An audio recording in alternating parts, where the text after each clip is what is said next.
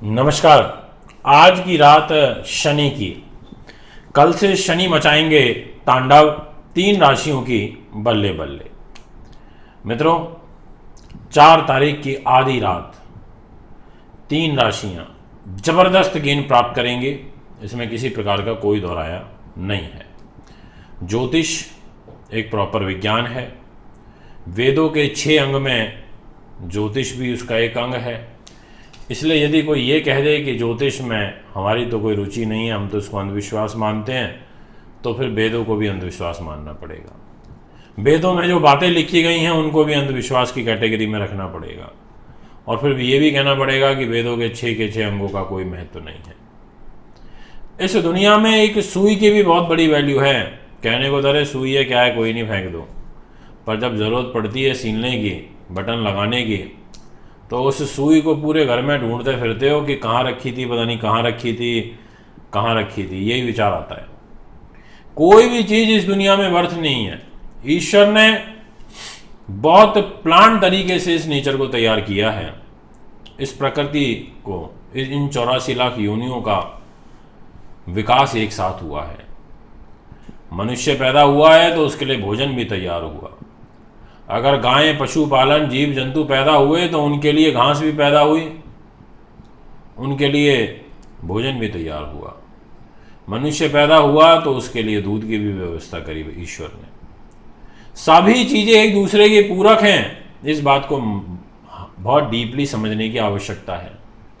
और लोग तो कह देते हैं अरे कुछ नहीं है, ऐसे ही है, पहले ये बना, उसके बाद फिर इस चीज़ की उत्पत्ति हुई, फिर 3rd नंबर पर इसकी उत्पत्ति हुई।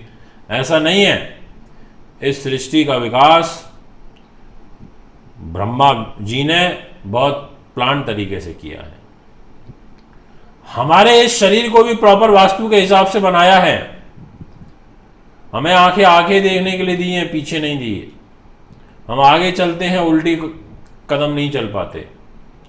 यानी कि ईश्वर ने, भगवान ने हमारा जो विकास है वो भी आगे की ओर ही किया है कि निरंतर विकास करो, आगे बढ़ो। नेचर ये कहती है कि आप उन्नति करो। इसलिए ज्योतिष शास्त्र में ग्रहों का बहुत बड़ा प्रभाव है। ग्रहों के अधीन पूरा का पूरा जगत है और हम जगत के अधीन हैं। प्रयास कर सकते हैं आपको बताने का, आपको समझाने का, और जो नॉलेज हमारे पास है उसको आपके संग बांटने का। सर्वज्ञ तो कोई भी नहीं है। मैं भी नहीं कहता कि मैं कोई पूर्ण ज्ञानी हूँ, पर जितनी समझ है उसको लॉजिकली समझाने की कोशिश करता हूँ। और यदि आपको वो अच्छी लगती है, आपको लगता है कि मेरी बात में लॉजिक है, तो आप उसको फॉलो भी करने का प्रयास करते हैं। और बहुत से लोग ऐसे भी हैं जो उल्टा सीधा भी लिखते हैं। आइए आज वीडियो की शुरुआत करते हैं और देखते हैं जब शनि का यह वक्री चाल में कुंभ राशि में प्रवेश होगा 4 तारीख की आधी रात, यानी कि 5 तारीख की अर्ली मॉर्निंग, तो किस प्रकार के जो फल हैं वो हमें जीवन में प्राप्त होंगे, हमारे जीवन में घटनाएं किस रूप में प्रभावित होंगे। दोस्तों, YouTube चैनल को ज़रूर सब्सक्राइब करें, फॉलो करें, बेल आइकन के बटन को भी दबाएं। शनिदेव, शनि महाराज, जब इस सृष्टि की उत्पत्ति हुई, इस सौर मंडल के अंदर सबसे लास्ट ऑर्बिट के अंदर शनिदेव को रखा गया।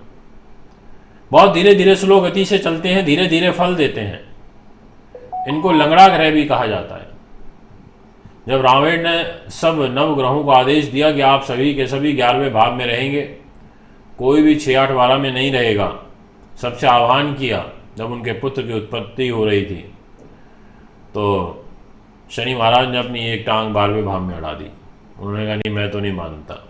क्रोधित होकर के फिर रावण ने उनके पैर पर मारा जब उनको पता चला। तो इसलिए शनि को लंगड़ा ग्रह भी कहा जाता है। तो ये बहुत सारी चीज़ें हैं। जब हम चीज़ों को उठाते हैं, पुराणों को, वेदों को, तो उनमें जो ये कथाएं, कहानियाँ, किस्से और आपस में जुड़ी हुई बातें, कौन उसके पूर्वज थे, ये इसके राजा थे, इनके पूर्वज ये थे, उन्होंने उसको प्रसन्न करने के लिए इस ग्रह को बनाया, तो ये सब ऐसे ही नहीं है। इनके सबके पीछे के कारण हैं। तो शनि महाराज न्याय के देवता, परिश्रम, मेहनत से पैसा दिलवाने वाले ग्रह, थोड़ा 2 नंबर का काम कराने वाले ग्रह, लालच देते हैं, और लालच के वशीभूत ही व्यक्ति 2 नंबर के काम में भी जाता है। दोस्तों आइए वीडियो की शुरुआत करते हैं और देखते हैं कौन सी वो 3 राशियां हैं जिनकी बल्ले बल्ले होने वाली है। इस प्रकार की बातें कभी कभी वीडियोस में करता हूँ, डेली तो करता नहीं हूँ, नहीं तो आपको ऐसा लगता होगा कि टाइम बाय कर रहे हैं। सबसे पहले नंबर पर बात करना चाहता हूँ वृषभ राशि के बारे में। ये राशि ऐसी रहेगी जो ज़बरदस्त, जिसकी बल्ले बल्ले होती हुई नज़र आ रही है। अब मेरा ये बल्ले बल्ले वर्ड यूज़ करने का कारण ये है कि कुंभ राशि में वक्री तो हो जाएंगे, वक्री होकर के पीछे की तरफ चलेंगे, और पीछे जो जस्ट इनके राशि है प्रीवियस वो है मकर। तो वृषभ राशि वालों के लिए शनि महाराज ने एक शश नाम का महापुरुष राजयोग इस समय गोचर में बनाया हुआ है, और यह राजयोग मान सम्मान पद प्रतिष्ठा के लिए, सरकारी नौकरी के लिए अच्छा होता है। सरकारी नौकरी प्राप्ति का योग बनाता है। यह योग आपको प्रमोशन ट्रांसफ़र की ओर लेकर के जाता है। आपके को कोयला, गैस, माइनिंग, कोल, इन सब चीज़ों से लाभ देता है। तो एक प्रकार से ये अच्छी परिस्थितियों का निर्माण करता है। अब यहाँ पर जब ये वक्री होंगे रात में, तो ये एक तरीके से अगर पीछे प्रीवियस राशि भी देखी जाए तो वो मकर है और वो भाग्य स्थान में आ रही है, त्रिकोण में आ रही है। तो ऐसी स्थिति में यहाँ पर शनि आपके लिए वक्री चाल में होने के बाद कोई ऐसी विशेष तनाव की परिस्थितियां पैदा नहीं करेंगे। बस ये जरूर कह रहा हूं कि 10वें भाव में कर्म भाव पर वक्री हो रहे हैं तो मेहनत जरूर बढ़ेगी, दौड़ भाग जरूर बढ़ेगी, प्रयास जरूर बढ़ेंगे।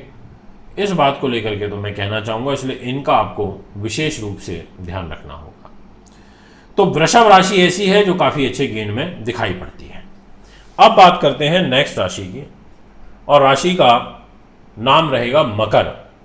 जितने भी जातक मकर के मुझे इस समय सुन रहे हैं, आपके लिए जो परिस्थितियां रहेंगी उसके अनुसार इनका वक्री होना आपके परिवार के साथ मतभेद की स्थिति को तो उत्पन्न करेगा, इसमें तो किसी प्रकार का कोई दो मत नहीं है। परंतु अच्छी बात यह है कि शनि महाराज आपकी पत्रिका में 2nd हाउस पर वक्री हो रहे हैं, धन के घर में। तो ये धन की वृद्धि का भी एक योग बनाते हैं और आपके सम्मान को भी बचाने का कार्य करेंगे। पर वैचारिक रूप से जो मतभेद है वो यहाँ पर निश्चित तौर पर बढ़ता हुआ नजर आ रहा है परिवार के खास लोगों से। इसीलिए इस बात का भी आपको विशेष रूप से ध्यान रखना होगा और योजना बना करके कार्य करने की ज़रूरत है। दोस्तों ये फल रहा मकर राशि का। अब बात करते हैं लास्ट यानी कि अंतिम राशि। राशि का नाम रहेगा तुला। जितने भी दर्शक हम मुझे तुला के सुन रहे हैं, क्या पता हो सकता है इसके बाद भी मैं किसी राशि का नाम लूँ, इसलिए भी जाइएगा मत, बने रहिए। तुला राशि के जितने भी दर्शक मुझे भी सुन रहे हैं, आपकी जो ग्रह गति रहेगी उसके अनुसार शनि महाराज केंद्र त्रिकोण राजयोग की भूमिका में है आपके 5वें भाव पर, और जब ये यहाँ वक्री चाल में होंगे तो आपको नीति से, विद्या से, रिसर्च से, शेयर बाजार से आपको लाभ मिलेगा। मंत्रणा शक्ति मजबूत होगी। जितने भी डॉक्टर्स हैं उनको अपने डॉक्टरी के पेशे से लाभ मिलेगा। एक प्रकार से पॉजिटिव परिस्थितियां आपके जीवन में बनती हुई नज़र आ रही है। ये मैं आपको पूर्ण रूप से अपनी वीडियो के माध्यम से कह सकता हूं।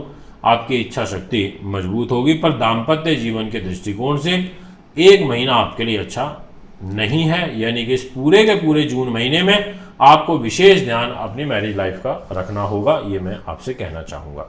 बाकी सुख साधनों में बढ़ोतरी के लिए समय काफ़ी अच्छा यहाँ दिखाई पड़ता है। दोस्तों अब आपसे बात करता हूँ एक और राशि की। वैसे तो थंबनेल में 3 का ही जिक्र किया है, पर आज एक और सुन लीजिए, और राशि का नाम रहेगा मेष। मेष राशि के स्वामी मंगल होते हैं। मंगल के साथ शनि की मित्रता नहीं है। ऐसी स्थिति में मंगल के साथ मित्रता ना होते हुए का दुष्प्रभाव ये होगा कि आपको बड़े भाई बहन या सगे संबंधियों से धोखा मिल सकता है ये शनि के वक्री होने से। पर लाभ के दृष्टिकोण से ये अच्छा रहेगा, एक्सपोर्ट इंपोर्ट के लिए अच्छा रहेगा, ये मैं आपसे कहना चाहता हूँ, और विशेष रूप से सरकारी नौकरी वालों के लिए अच्छा रहेगा। तो दोस्तों ये है आपका ग्रह गोचर शनि का फल। अगर आप कुंडली बनवाना, दिखवाना, पूजा पाठ या रत्न लेना चाहते हैं तो मुझे संपर्क कर सकते हैं। एक बार पुनः आगामी कार्यक्रम में उपस्थित होऊंगा। नमस्कार, धन्यवाद।